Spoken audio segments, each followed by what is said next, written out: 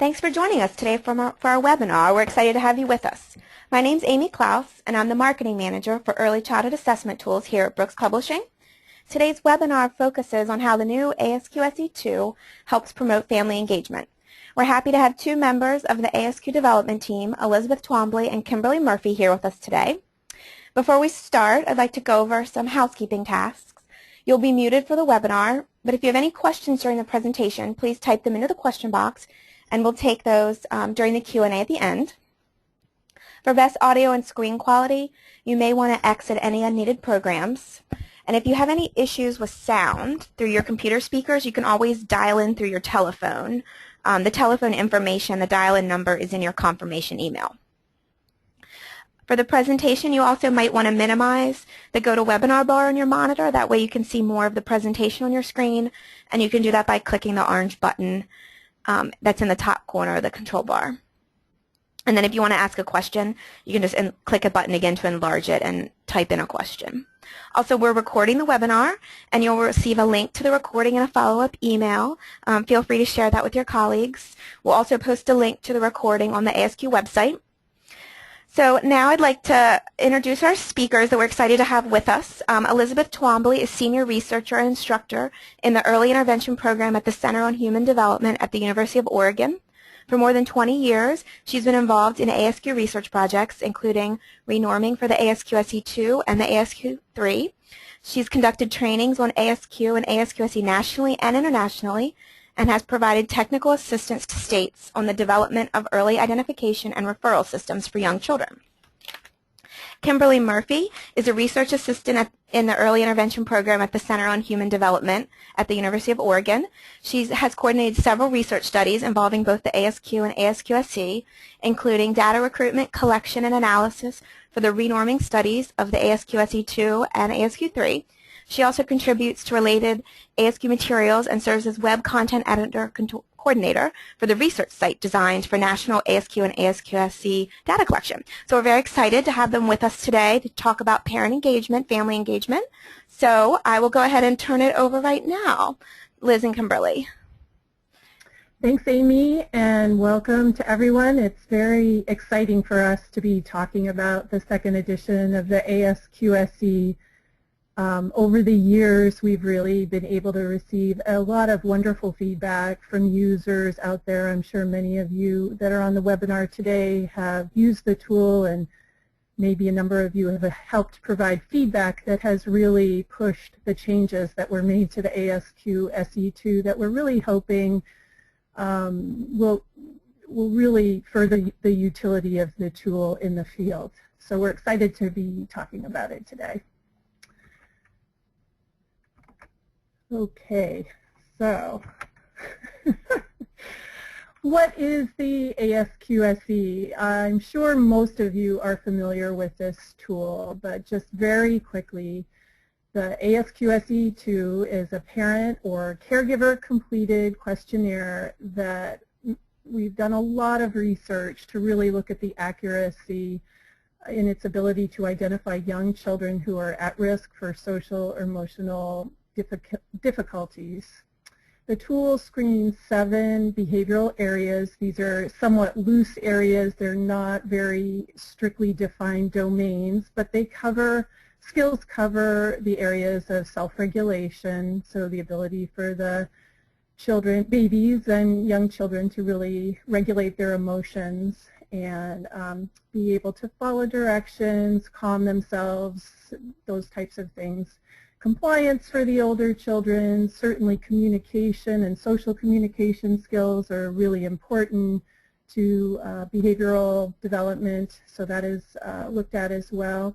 Adaptive functioning, autonomy, or the ability for that child to start moving out into their environment and feel confident and curious about things that are around them. Their general affect, are they happy, are they content and calm, and are things going well for them, and how are they interacting with people? As we know, those early relationships are so key to so many skills that they will need later on in life to really be successful. So there are skills across all the different questionnaires. They change over time, and in general they're focused on these 7 behavioral areas. So what's new with the second edition? Many of you may have already attended the previous webinar that was conducted by Jane Squires and Diane Bricker about the second edition changes. That is available for you to go back and really get an in-depth bit of information about what happened. But here's the general new things that you can find with the second edition. We added a 2-month ASQ SE. This really came as a result of a call from the field. Programs, much like with the developmental ASQ, wanted to use this tool very early. They may have had mandates either through early Head Start or policies that required children be screened within 45 days of entering a program. Early Head Start, CAPTA, so the child welfare system also has that policy that children entering foster care be screened within or referred for evaluation within 45 days. So a group really wanted to have a younger interval of the ASQ SE so that they did not need to use a separate tool during those very early months after if a baby was entering care or starting a program at birth. So there's a 2-month ASQ SE, so the age range has really been extended to cover 1 month up to 6 years. We collected data for older children, older than 5.5 years, which the original edition covered, in that many children, not many, but there's certainly a segment of children that don't enter kindergarten until close to their 6th year. So we wanted to extend the upper end of the intervals as well. I think the most exciting thing is just how much data that we've been able to gather on this tool, both through the web and online data collection as well as through programs that have been longtime ASQ SE users that were gracious enough to share their data with us. Maybe some of you have shared your data with us, so thank you so much.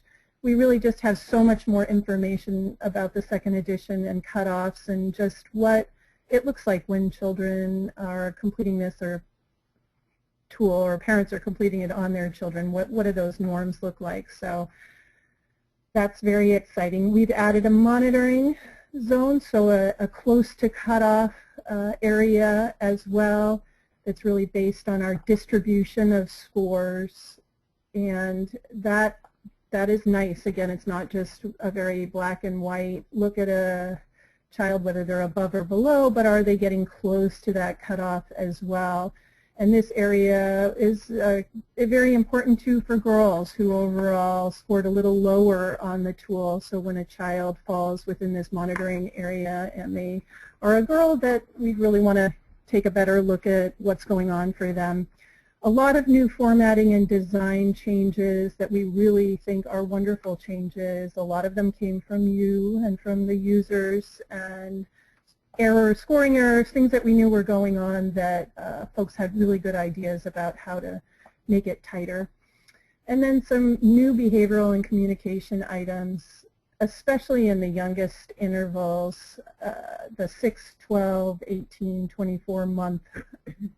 Few more items in there to really get at early social communication, behaviors, relationship types of factors to really look early on to see what might be going on for a child in those early years and respond to them as quickly as possible. So we're very excited about it. If you want to find out more, just go ahead and you can log in to listen to that earlier webinar about the changes on the ASQ SE too. So many of you may already be using the ASQ SE, but you know, why is it a positive tool? It's very easy to use. It has a focus on social emotional behaviors that are so important to children's development as well as parent concerns. It really provides a starting point for these conversations with caregivers about behavior and what their concerns are. And when we're talking about parent engagement, responding to parent concerns and the things that I've heard people talk about it, what's keeping parents up at night, in addition to their babies crying, which may be one of their concerns, but what are those early concerns and how do we establish good relationships with parents? And it's by finding out what their priorities and concerns are and responding to them as early as possible. And that this tool can identify when those really early relationship or behavioral concerns are happening and respond to them as early as possible, because we know that intervening early is going to be the child's best bet in terms of being able to enter school ready to learn, is to really respond as early as possible to these things and help parents as those concerns emerge. And why engage families? Well, because they are the ones who are going to be the primary force in preparing children for school and for life. And we have such a tiny bit of time that we actually interface with parents and children, but the family is going to be with that child forever. So it's so important to partner with them, and that children really benefit when all the adults who care for them work together. We can make a little bit of an influence as a provider, but to really make a change and a significant change in that child's life, we really have to partner with parents and work together and influence the whole family. So when we're screening with any sort of tool, but in this case a social emotional tool, what it really is just an information gathering process to gather as much information as we can to determine, is this child's social emotional development on schedule. And so when we are gathering information, the best thing to do is to share information from whoever has a touch point with that child. It's really everyone's responsibility, and everyone brings their own experiences. They bring observations of the child, their own perspectives, their values, their beliefs, and their curiosity about what makes this child tick and what may be going on with this child around behavior. So it's everybody's responsibilities. In the case of families, this is mothers, fathers are very important in gathering information. Any sort of extended family members, siblings, anyone who knows this child is an important person to be gathering information from. And in terms of providers, we have all our different providers, and especially around behavioral issues, we have to come at it from every possible angle to really determine what might be going on for a child in terms of impacting their behavior. So we need our health provider perspectives, which may bring in nutrition or medication or previous health-related concerns, that feeding issues, all sorts of things that may be playing in. Our child care providers who spend so much time with children on a day-to-day basis. Our mental health providers who bring a whole other dynamic in terms of that parent-child relationship and what's going on for a parent in terms of their well-being that may be influencing how a child is doing. Social service providers. So anyway, everyone comes together, and as much information as we can gather about that child from as many different perspectives as possible is really going to help us understand what is going on in a child situation. Parents and family members bring all of these different characteristics. I got some of this information from the National Center on Parent, Family, and Community Engagement, which is a center related to the Head Start organization that has many wonderful resources, and they're really talking about parents and family members bringing all the background in terms of what the child's temperament is, their health history, what their behaviors are looking like in the home. What is their expectations of their child's behavior, both for culturally rooted beliefs about child rearing, as well as, what are they worried about? What are their concerns, and what are their hopes and dreams for their child? Parents' experiences with school often play into how they feel about taking next steps in terms of engaging with community partners. Did they have a positive experience in school? Did they have a very difficult or negative experience in early learning settings, or later on school experiences that make it difficult for them to engage in taking the next steps in terms of getting some resources for their children. What are their beliefs about their role with professionals? Do they feel very much like, you know, they have a sense of control over what's going to be happening next? It's their responsibility in terms of making decisions about their child. Some parents defer to professionals to really help lead that conversation about what should be done in a given situation. So parents and family members bring all of those important pieces of information to the table, but it's important that providers also honor and respect what they can bring to the table.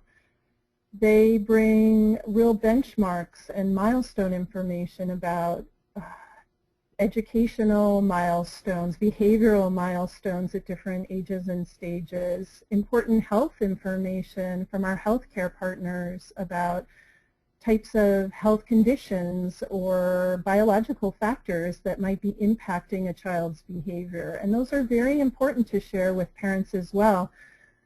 Many caregivers also have a lot of time and ability to observe children in educational settings or different types of settings, and those are important as well. Children will behave very differently in different settings, so if providers have a great deal of time observing child, doing their own assessments, that is an important piece of information to gather. They bring a real rich knowledge about community resources and what might be helpful educational opportunities for parents or support opportunities for parents within their programs and communities. And they also bring their own personality, their own history, their own culture, their own beliefs about child rearing that are important for them to understand, for providers to really understand. I'm looking at this child through my lens of what my values, my beliefs, my expectations are about children, so that, you know, when they come together with parents, they are thinking about that in relationship to what kind of suggestions they might make for a family or a child. And then we're all embedded within different training programs and experiences, our jobs, and those pieces also frame what it is we're bringing to our work with families. When we come together with families, really when we're talking about family engagement, and what we're really talking about here is that family members take the lead in this information gathering process, that we start with them and then we bring our information to the table and we defer back to them once the information has been gathered to make decisions about what we're going to do with that information. So using the ASQ SE provides a very clear foundation for family engagement by really starting out, we're creating an expectation that you're going to be involved. We are using a parent-completed tool. We are conveying the importance of their expertise in their child. We're trying to create a reciprocal information gathering and sharing experience between parents and providers. And just by using this tool, it really creates that foundation for engaging families. So we're going to talk a little bit about some of the tips we have around family engagement, specifically around the use of the ASQ SE. And starting out just with how do we introduce this tool to families, and just basing this on some of our information we've gathered over the year, as well as tools that we've put into the second edition to help out providers with how to introduce this tool to families. And Kimberly is going to talk a little bit about this. So when we are thinking about introducing the ASQ SE to parents, we want to sort of reflect on all the information we've talked about so far about keeping in mind what each parent and provider will bring to the table in the discussion. And it's important to establish a good working relationship with parents, thinking about how do you want to be treated, what do you know that shows that someone is respecting you when you're in those situations? How do you like to be talked to? What helps you feel comfortable? Just the kinds of information that are good for setting up the relationship. And it's important that programs have these policies and steps, written and introduce it to staff and have it be part of staff training so that we're not just talking about engagement, but we have some nice steps that everybody can use to follow that is the parent engagement, starting with the parent's perspective first. So the first is that parents will complete the ASQ SE2, and other providers that know the child well, work with them maybe 15 to 20 hours a week can also complete the ASQ SE2, but that's also for the purpose of coming back together to discuss the results and talk about follow-up and keep that engagement and sustain that engagement. So in introducing the ASQ SE to parents, you can include some steps in your guidelines that outline just a brief, giving the parent a brief description of the purpose of the ASQ SE to provide a quick look at their child's social emotional development. Often parents, if they don't get enough of an introduction or if something is just thrust in front of them, they can often feel like it's their parenting that's going to be evaluated or they as parents will be evaluated. So it's important to keep the vocabulary fairly simple and very friendly and direct with parents so that they really get a good understanding of the purpose of the screening and the importance of completing it and what they will gain from this. The other important piece is to reassure them, of course, that the information will be confidential and you won't be sharing anything without the parent's consent.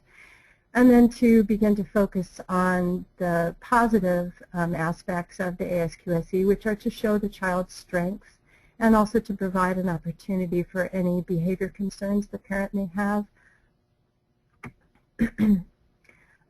You can say that the ASQ SE asks questions about your child's social emotional development. And I think it's important to have a way to talk about what is social emotional development very briefly. With a parent, you might say this is about your child's relationship with you and others, your child's emotional experience, and the role of that experience in their learning and their child's well-being and happiness. And because we know that social emotional development is very important in laying that foundation for other learning so that the child can be prepared and be able to take in the learning opportunities that are available to them.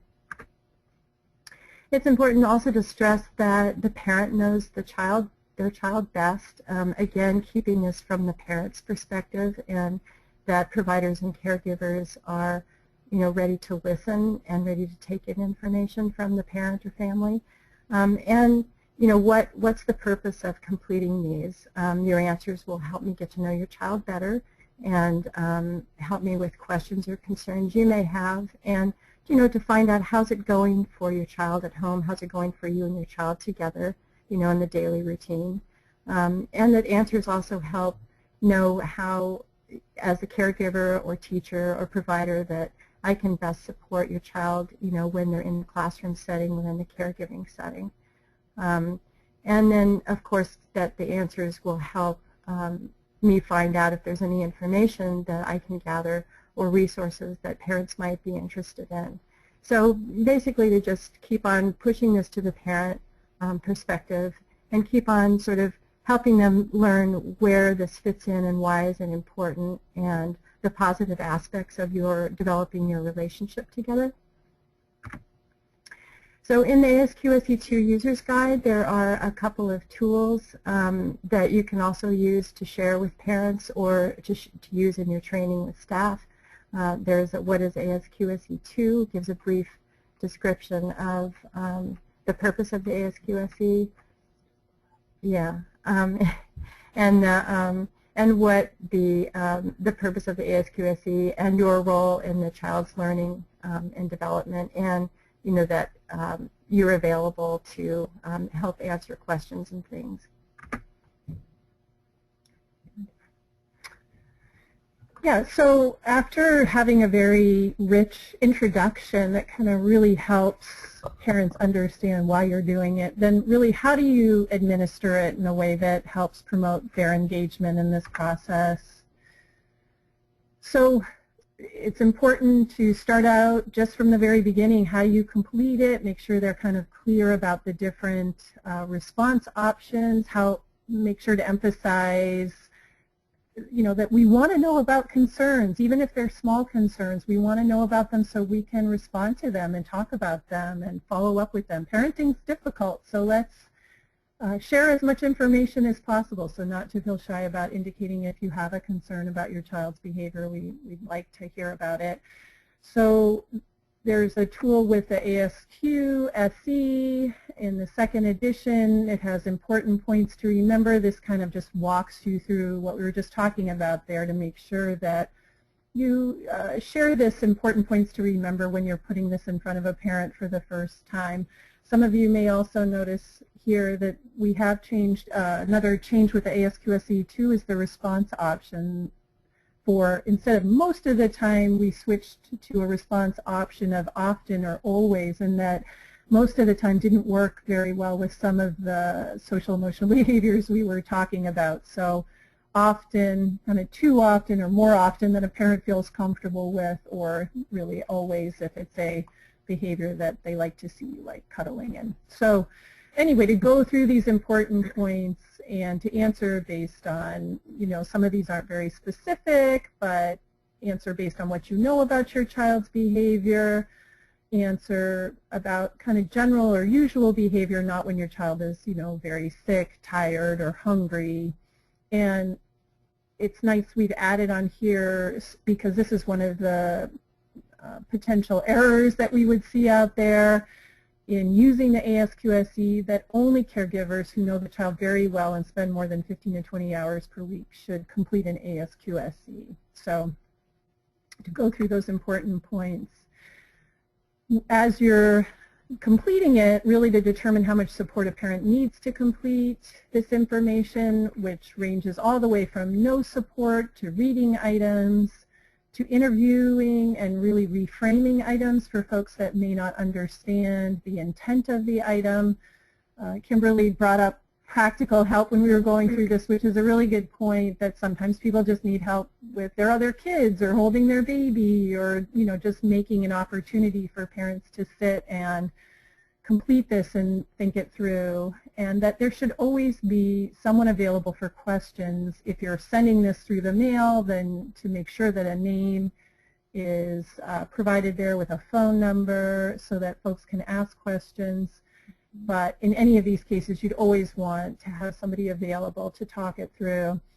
And if you are sitting with parents, because again, when we're collecting data, most of the time, parents are completing it on their own without a lot of support from someone else, a home visitor or a teacher. And what happens sometimes is that when they're sitting together with somebody else and they get a question that is somewhat vague, like, what would be an example? Does your child stay upset and cry for too long? For too long, yeah. So it's a bit vague. And they will turn to the home visitor, or they'll turn to the teacher and say, well, do you think it's too long? And really we want to know the parent's perspective here, because we want to know if they're struggling with their child's behavior, and if they feel like it's too long, we want to respond to it. Maybe it's developmentally appropriate, but if the parent is struggling with it, we want to know that information. So to make sure to defer back when you are sitting with a parent to saying, we want to know how you feel about this. There was a really nice article written for the 0 to 3 journal called Early Childhood Psychosocial Screening in Diverse Populations, and I'm just bringing this up in that they had some recommendations about using the ASQ SE2 with culturally diverse families, and they really highly recommended that this should be done with the provider if a family is really coming from a different culture, from a very different cultural background, so that the provider can be there to really reframe those questions and discuss the intent of the items. In addition, the family, along with the providers, can then make decisions about item adaptations or omissions while they're completing it. Some examples of cultural or items that may have come up and came up during the study that was conducted was, do you and your child enjoy meal times together? And that was sort of a confusing question for some families that where meal times weren't so much, you know, a time to enjoy or a togetherness time as much as I really need to feed this child. There's a real goal around making sure your child is well fed as opposed to being sort of a together time. So the other one, does your child cry for more than 1 hour when you leave, was another one that came up within that study. And that was confusing for folks who didn't leave their children, especially when they were very young, with other care providers. So they did not understand the intent of that item, and it might be an item that just would need to be omitted. So I would recommend, if folks are working with culturally diverse programs, to take a look at this article. It's very interesting, and overall was very positive about the use of a tool like this, but had some good recommendations about how you might modify the administration a bit to make that more culturally appropriate. And then finally going into how do you discuss results of this tool in a way that's really going to engage families. And I'm not going to talk about this a lot, but obviously you really want to be as careful as possible about how you go through this process of discussing results. You want to make sure it's a timely process. It happens soon after the completion of the tool or after it's administered to the family completes the questionnaire. Make sure you have a private, comfortable, confidential place where, especially when behavioral concerns come up, you're not doing that in a place where the family doesn't feel they have time or space to be able to really get into discussing what their concerns are. Yeah, and there's less interruptions. You're not in a time and place where you might get interrupted a lot, so that the family feels respected. Yeah, so just to make sure you set that up. Go into it considering cultural and language issues. You may need an interpreter. What is their home language? Who should be at that meeting? Especially if you want to make decisions about next steps, who needs to be there to be able to really talk through what might be appropriate. And again, to go back to beginning with the parent's perspective, it may be the case that you have a parent-completed ASQ SE and a child care completed ASQ SE. And this is less true for the social-emotional version of the ASQ, or I've seen less examples of this over the years. Sometimes with the ASQ, when child care providers are involved, they have so much opportunity to see the child in a child care setting and the type of skills that are asked for on the developmental ASQ that they sometimes take that process away from the family a bit. And you know, we talk a lot about how wonderful it is to work together with a parent to complete the ASQ. With the social emotional version, I see this less. For example, in many Head Start programs, their policies and protocols are that the parent complete the ASQ SE, and together the child care providers and parents complete the ASQ. But if you find yourself in a situation of debriefing this, and there's a number of behavioral concerns going on, and more than one completed ASQ SE, to make sure you always start with the parent's perspective. Go back to them being the prime driver of this entire process. To start with the strengths of the child, and for, you know, there's little letters next to the boxes that indicate whether or not this is a concern or not. Those of you that are familiar with this tool know that a Z is our secret clue for 0, which means it's not a concern. And so you can really just make practice and go back to how do you debrief this. Start with the strengths. There's always going to be some strengths of some social emotional behaviors that are strengths for that child. And those are all the items that start with a Z. So start with those regardless of what this child's behavior looks like. Always review items of concern. And this is regardless of whether or not there are, you know, it's an elevated score or even in the monitoring area. Even if the child is well below cutoff, but there's one concern indicated on that questionnaire, to make sure that there is a way to respond to those concerns. I think The best way to engage parents is to make sure you're extremely responsive to what it is they're saying to you, so listening to them very carefully, providing opportunities for them to share concerns, and making sure they are responded to, regardless of whether or not the child's score indicates any major concerns, to have that protocol in place. And then to really consider the parent's point of view when you're looking at information. You may have one way of thinking about why a behavior is happening the way it is, but the parents may have a very different way of interpreting what that behavior is. So make sure you get that perspective. To make sure you, if there are significant behavioral concerns, to talk about all the different considerations that might be influencing that behavior. And again, you're going to have to engage the family in this conversation and this process of thinking through all these different factors. So time and setting, where and when is this behavior happening? What does the child's development look like? Do we have a good sense of whether or not the child's development is on track, or is that influencing behavior? What is their health and health history, and what are family expectations around behavior? What's going on in the family? Are there significant stressors that may have influenced this child's behavior, and how the parent's feeling about it right now, given what's going on in their home? And then again, parents lead these decisions.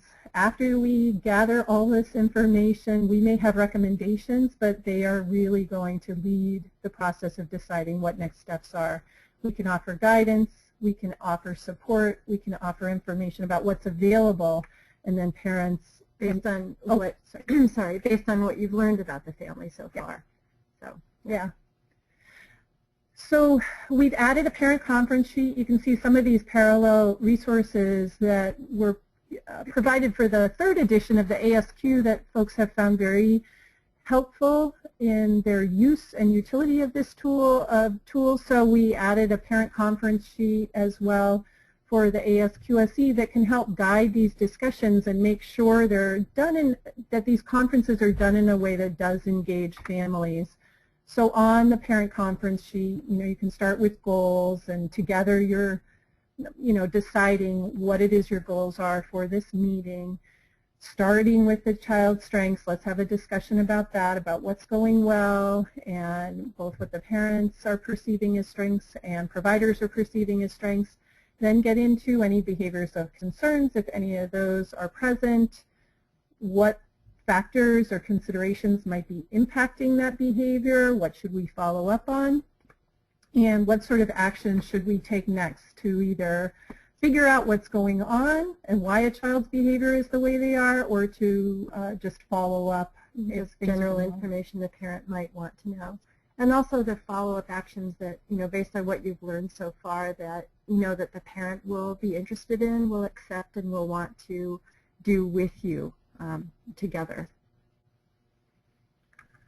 So resources, I think, are key to the use of this tool and to engaging families. What are they getting out of this process? If you want families to be engaged, be ready with your resources.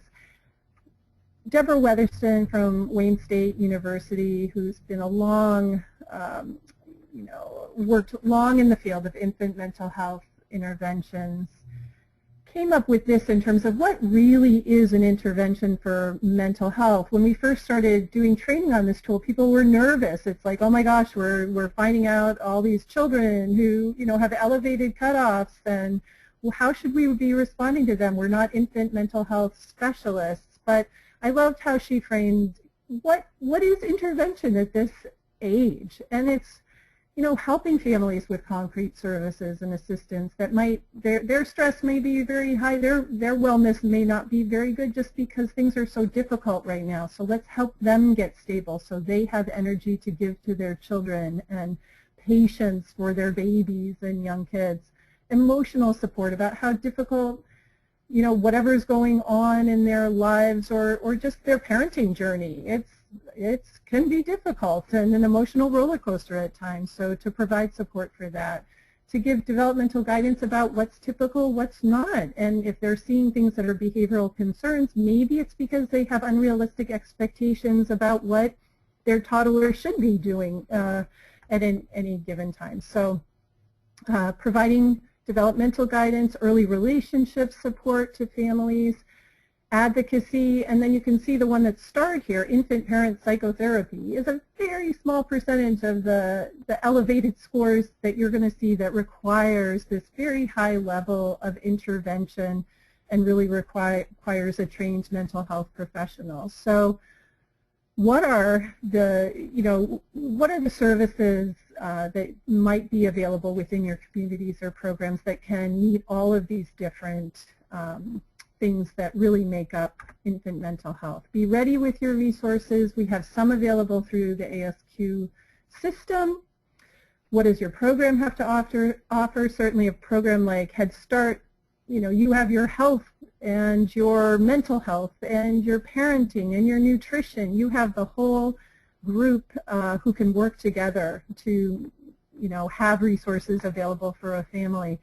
What does your community have to offer, and what's available online or through national organizations?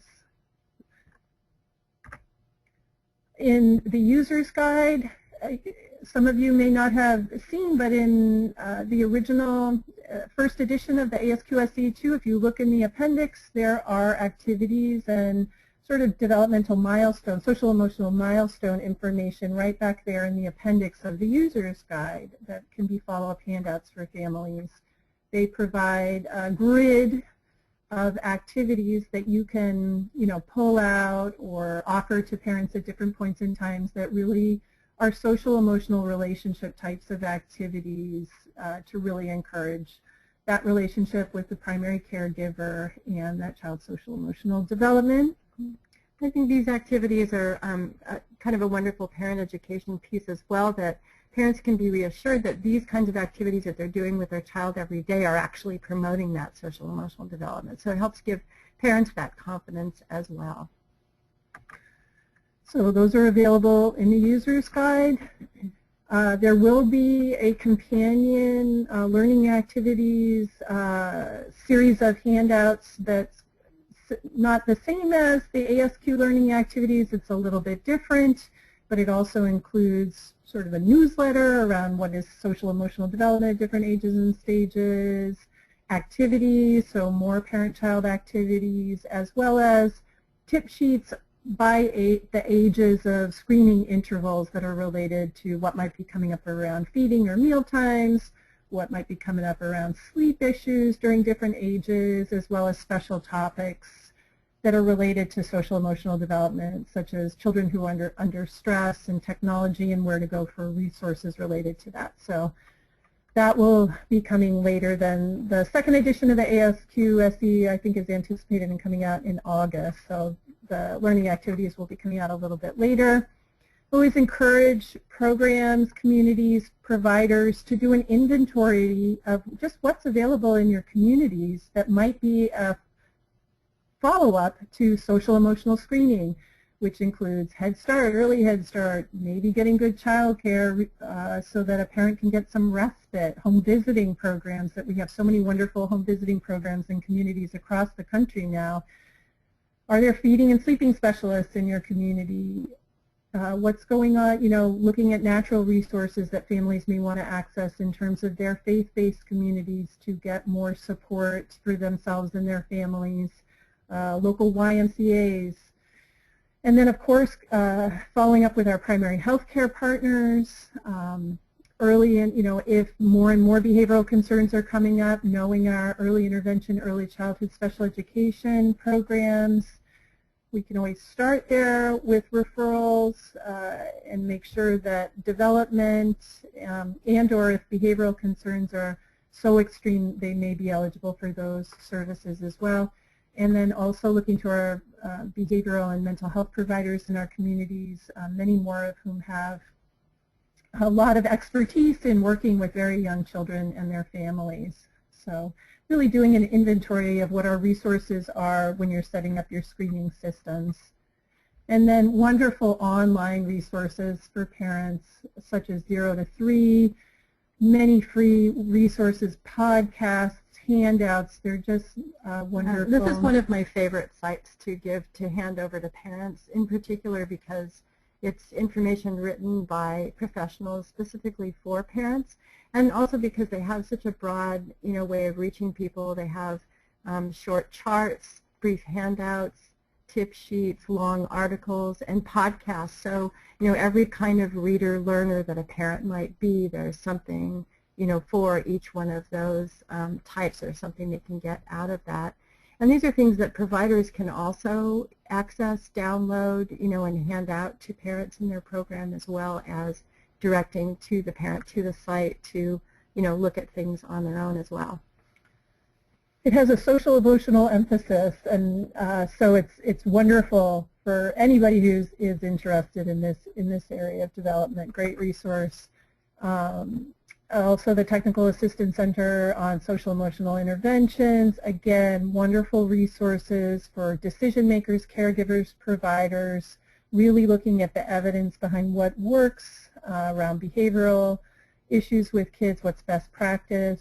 Check out their Backpack Connection series that has resources for teachers or parents about how to work together to really help young kids.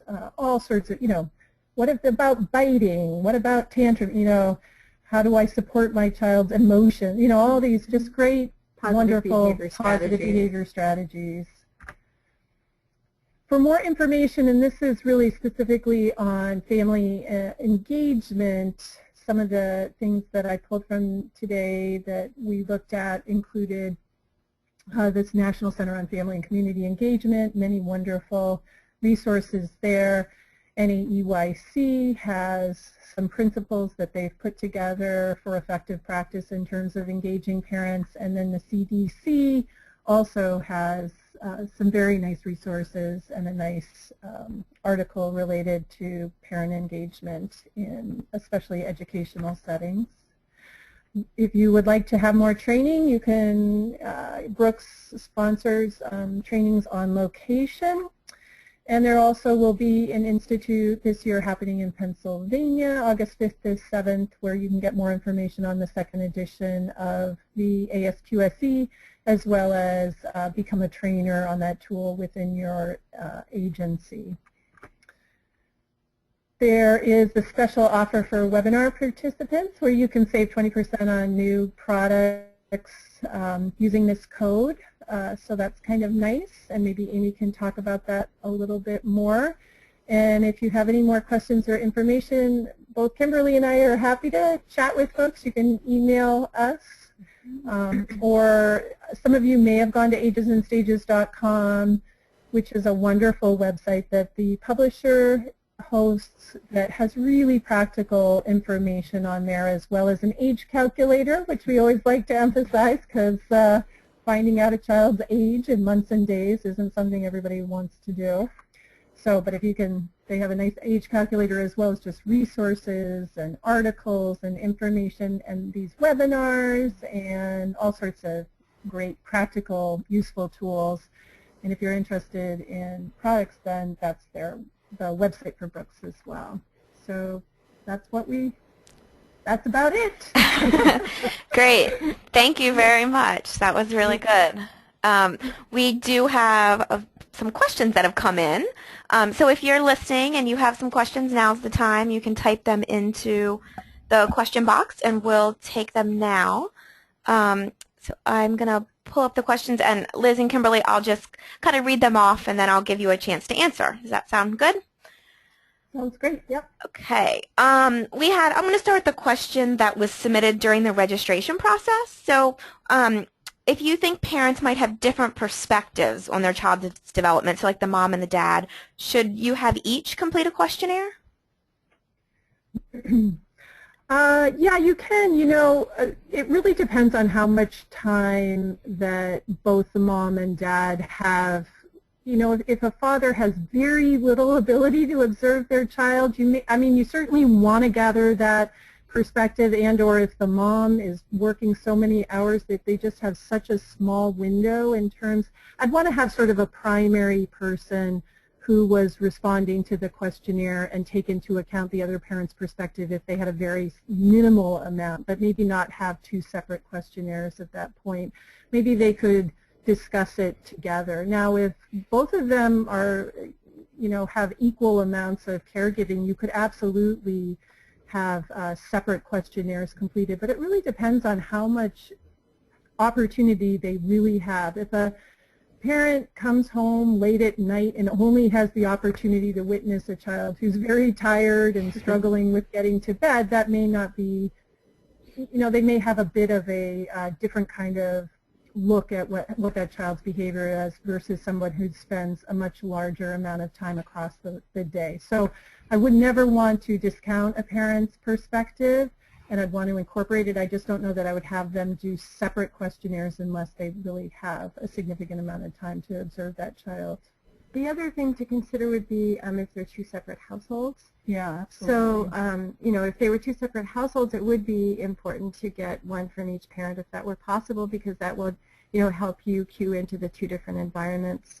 And each of those parents will have different experiences of, what a different stress level, maybe a different parenting style that, would help you as the caregiver kind of come together and figure out how best to support each of them for the whole environment for the child. Great, thanks. Can you go back one slide on the presentation so we can show the discount code? We have some people asking to see what the code is. Yeah, there you go. Thank you. Someone asked whether or not information was going to be available in Spanish.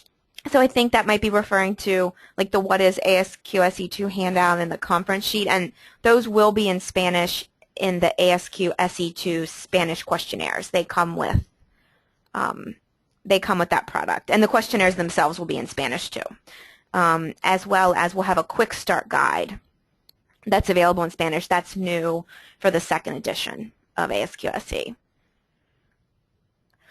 So you take a question. Let me see.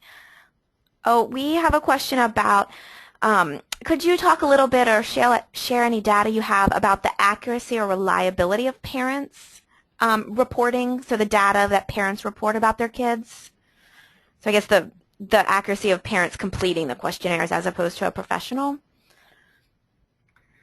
Well, all of our data, really, yeah, the vast majority of our data has always been, and this is true for the ASQ as well, with parent-completed questionnaires. So we really don't know how accurate the tool is if professionals complete it, and that's why it's so important to engage parents and make sure they are the primary reporters for the tool. Yeah, we do not know what this tool says if it's professionally completed. We assume that if a professional or provider has a significant amount of time to observe a child in a setting, that their observations are going to be very accurate and valid as well, and important to consider. But the accuracy of the tool is based entirely on parent-completed. So our validity data, which I don't have it right in front of me right now, I think it was about 86%. 80s, yeah. So across total. Okay, so in the 80% in terms of sensitivity and specificity, so our accuracy of identifying kids. Great, thanks. We just got a question. Someone asked whether or not the links to these webinar recordings will be permanent, and yes, we are going to put them up on our website, and so they will be there for anyone to watch for free. And you're more than welcome to share them with your colleagues or any staff that you want to introduce to ASQ SE2. And there's also one on our website for using ASQ with diverse families. So if you're interested in that, it has some good information about making some cultural adaptations. Let's see. We got a question about frequency of using the ASQ SE. What should we tell parents who report that they've already completed an ASQ SE pretty recently within the last month, for example?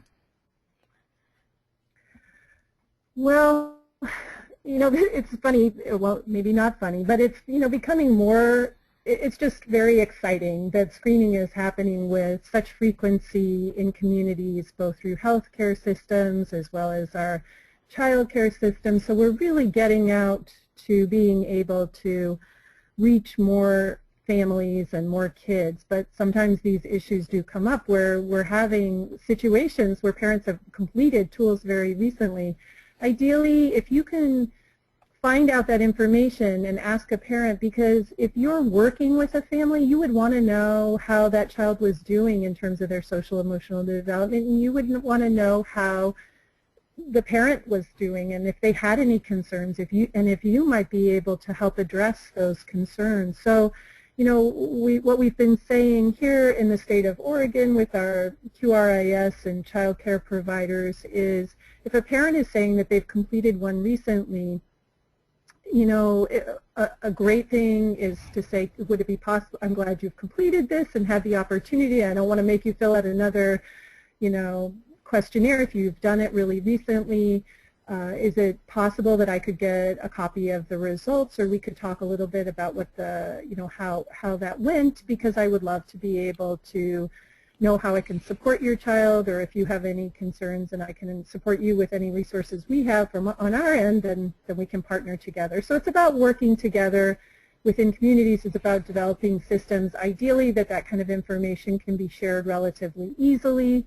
But again, don't really want to have, you know, I think the frequency with the ASQ SE intervals, which is every 6, you know, aside from the 2 to 6 months, it's 6, 12, 18, 24, 30, 36, and then, you know, the frequency of asking about social emotional development, assuming there's not really any major concerns going on, kind of plays out well with the intervals of the ASQ SE.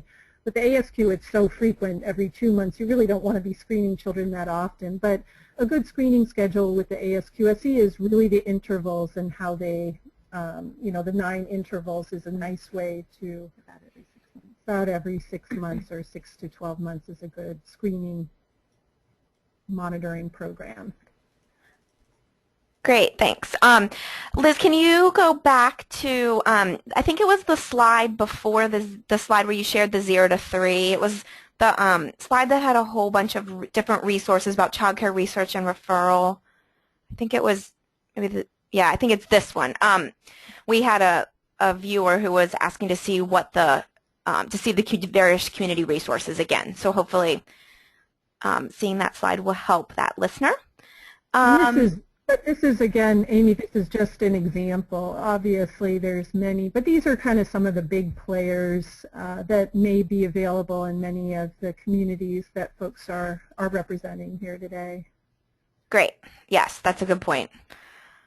Let's see. We have a question about the question that's about that asks about a child's interest or knowledge in sex. So I know we get that question a lot about the meaning behind that question. So if we had a listener who was interested in why do you want to know, what do you want to know about this item? So I think you probably know the item I'm talking about. Oh yeah. Yeah, that particular item obviously is somewhat problematic for some cultural groups. Some programs have chosen to omit it because they feel like it would just develop such a difficult relationship that would really turn off some of the families they're working with. On the other hand, I think you can normalize that in terms of the fact that really, given what kids are exposed to nowadays in media, with their, you know, both on TV and computer, if they're on iPads, kids can run into all sorts of things at very young ages that are really inappropriate. And if they have older siblings in the household, if they're viewing things, or if they're going to other people's homes, there's just all sorts of opportunities for children to sort of be exposed to things that may be age inappropriate. So that's why we ask about that question. Do you have any concerns around this? Do you have any concerns around behaviors your child has done or is experiencing, is exposed to? Do you have questions about language or questions that they've asked, play that you've seen them engage in that seemed that it, you know, wow, what did they see that, you know, really showing this. So in many cases, it's just an experience that we want to know about, and in some cases it also provides, when we saw this and see it, is that asking that question really triggers some other questions from parents, like what is typical at this age? What should I be saying to my child? What is okay for them to be exposed to and what's not okay for them to be exposed to? What have I seen that I had some concerns about? That by asking that question, it opens up that conversation and gives the parent permission to start that conversation if they're having any concerns. So while it is problematic for some folks, I think introducing it, by just saying something like, this question, sometimes people are like, why are you asking that? Just bring it back to the fact that kids are exposed to a lot nowadays, and we want to make sure that what they're being exposed to is age appropriate, and to be able to address it carefully and in a developmentally appropriate manner. Great, thank you for covering that. We have another listener who is at a big program, and they screen their 4-year-olds each year with ASQ-3, and they're wondering, should all children receive the ASQ SE2 as well? Well, our recommendation is yes, because it's just been interesting. Well, there is that behavioral concern question that is on the ASQ-3. So do you have any concerns about behavior? And there is a pretty high link between parents checking that as yes and then having an elevated score on the ASQ SE.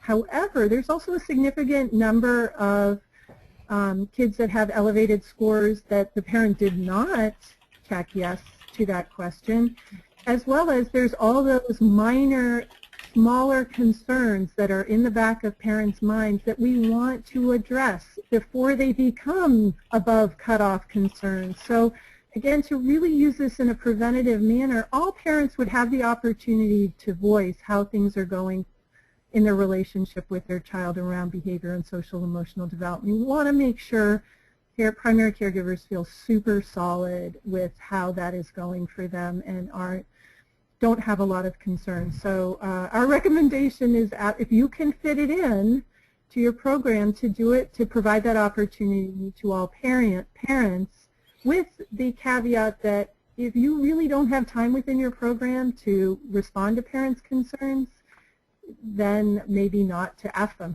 to not do it unless you can really respond in a meaningful way to parents or have some sort of system for where they can go to get more information. So, but one of the features too, I think that the ASQ SE2 really provides that second, more in-depth look of that personal social section of the ASQ. So whereas the ASQ is very focused on general development, a child may be absolutely fine, may be very high-functioning communication and cognitive development, and there may be things going on at home, there may be changes going on, there may be trauma that the child has experienced or the family's experienced that, won't necessarily be revealed, or that conversation won't really be elicited by the ASQ alone.